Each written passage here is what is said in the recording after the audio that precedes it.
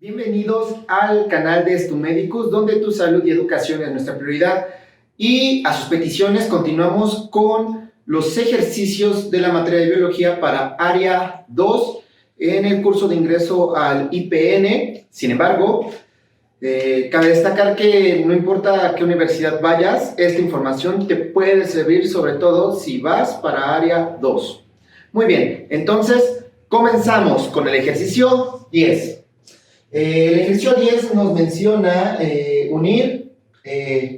relacionar esta columna con los siguientes esquemas. Y lo que nos plantea es los conocimientos básicos sobre la sangre. Como bien, la sangre es un tejido. Y como todo tejido tiene dos componentes, uno celular y uno extracelular. El componente extracelular está conformado por agua y proteínas y son completamente líquidas. Esa es la característica fundamental de la sangre, es un tejido líquido. Y bien, esa matriz extracelular se denomina plasma, el famoso plasma sanguíneo. Estas contienen 90% aproximadamente de agua y 10% de proteínas. ¿Qué proteínas? Albúmina, que es la principal, las globulinas. Cabe destacar de que ahí se encuentran las inmunoglobulinas que funcionan con el sistema inmunitario y el fibrinógeno, el cual es muy importante para la coagulación. Y tenemos las células. De las células tenemos tres líneas importantes: la línea roja y la línea blanca, y bueno, un derivado de la línea blanca que son los trombocitos. Hablando de los trombocitos, estos son las plaquetas, las cuales nos sirven para la coagulación y evitar cualquier fuga de nuestro sistema.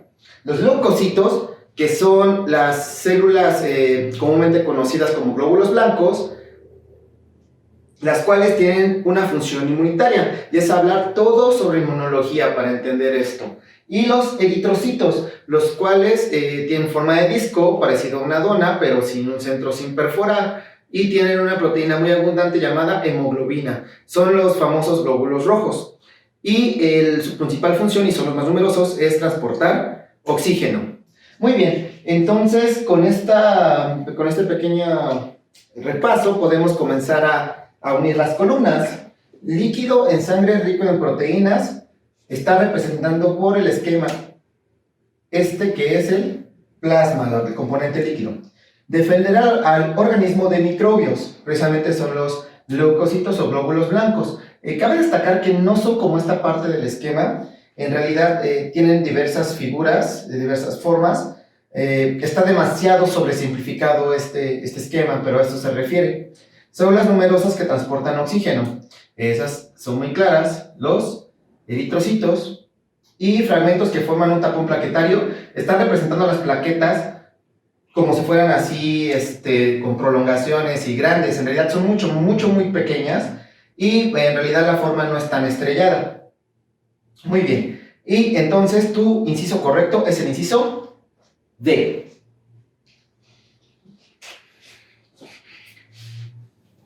Continuamos con la pregunta 11, la cual nos pide completar una oración. Un espacio es un grupo de células, de grupo celular de neuronas en la periferia.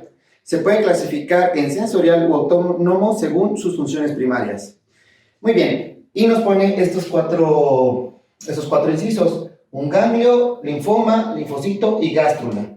Muy bien, ¿qué es una gástrula? La gástrula es aquel estadio embrionario en el cual el huevo o cigoto comienza a formar las capas germinales, las cuales se denominan endodermo, mesodermo y ectodermo.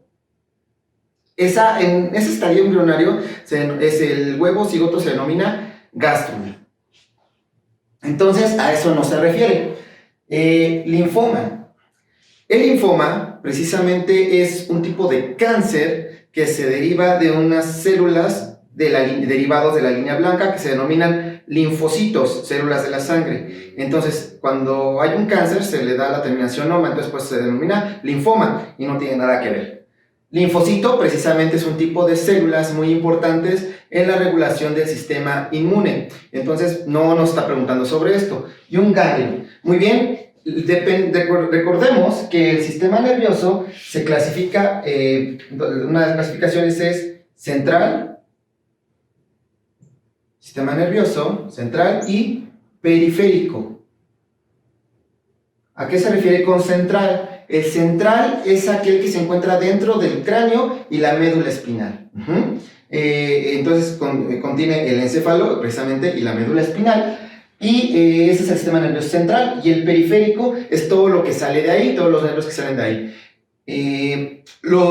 Las neuronas tienden a organizarse en agregados neuronales. Entonces, estos agregados en el sistema nervioso central reciben el nombre de núcleos, y en el sistema nervioso periférico reciben el nombre de ganglio. Uno de esos ganglios, por ejemplo, es el ganglio de Gasser o bien ganglio del trigémino, que es donde se van dividiendo algunos nervios. Tienen precisamente una función autónoma o sensitiva. La sensitiva se encuentra al lado de la médula espinal. Ahí se encuentran algunos ganglios sensitivos. Muy bien, entonces nuestra respuesta correcta es el inciso A. Seguimos con la pregunta 12. Y es relacionar las columnas con el esquema, y esto se refiere a los planos anatómicos. Recordemos que para la anatomía y a realizar las descripciones anatómicas se necesita realizar de acuerdo a los cortes que tengamos en el cuerpo humano, y tenemos 3 planos de estudio. El plano transversal, el cual corta el cuerpo humano de esta forma, de forma directa, transversal, y lo atraviesa. Muy bien, así como lo está esquematizando. El plano coronal, el cual corta el cuerpo humano en este sentido, de forma anterior a posterior. Y el plano sagital, el cual corta el cuerpo humano en este sentido y nos lo divide en izquierda y en derecha. Me faltó comentarles que el plano transversal lo divide en superior y en inferior. Entonces, teniendo esto en cuenta, ya podemos comenzar a relacionar las columnas. Plano sagital sería que divide en derecha a izquierda. Plano transversal sería en superior e inferior. Y plano coronal sería que divide en anterior y posterior. Por lo tanto, tu respuesta correcta sería el inciso B.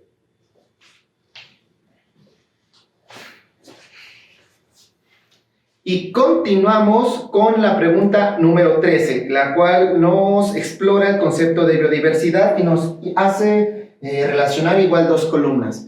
La biodiversidad tiene 3 componentes. Uno es la función.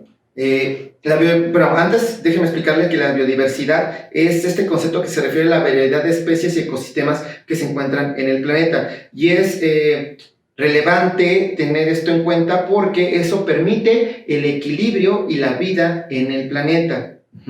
Y bueno, los efectos de esto lo están comenzando a ver tan solo en esta temporada, en la cual tenemos muchos incendios y un desequilibrio ya en la acumulación de CO2, algo que nunca se ha visto en toda la historia de la humanidad. Muy bien, entonces, la función se refiere a los procesos que existen en la biodiversidad. Estos procesos abarcan los procesos ecológicos y los procesos evolutivos, y aquí podemos encontrar muchos ejemplos, como las relaciones interespecíficas, como el comensalismo, mutualismo, parasitismo, etc. Entonces, todos esos son procesos y se refieren a la función. La estructura se refiere a la organización física de la biodiversidad y los patrones físicos que tiene. Y finalmente, la composición se refiere a la identidad y la variedad de especies que existe en determinada área. A eso se refieren los componentes de la biodiversidad. Puede ser confuso este concepto con este concepto. Este concepto se refiere a los niveles de la biodiversidad, los cuales son el nivel genético, el nivel de especies y el nivel de ecosistemas. Por eso no entra dentro de los componentes. Por lo tanto, tu respuesta correcta es el inciso C. Si te ha gustado, recuerda compartir y suscribirte para que no te pierdas el resto de los videos. Ya casi terminamos las preguntas y los invito a reflexionar sobre la situación que estamos viviendo actualmente, sobre el cambio climático. Estamos ya en las últimas para poder revertir el daño. Recuerden que esto no es exactamente consecuencia solamente de uno, sino es consecuencia del sistema de consumismo y capitalista que ha explotado el planeta. Nosotros podemos controlar ese sistema con nuestras decisiones individuales, evitando el consumismo, evitando caer en utilizar o comprar cosas desechables o bien cosas que no necesitas. Recordemos que menos es más. Muchísimas gracias por acompañarnos en este video y nos vemos hasta la próxima. Chao.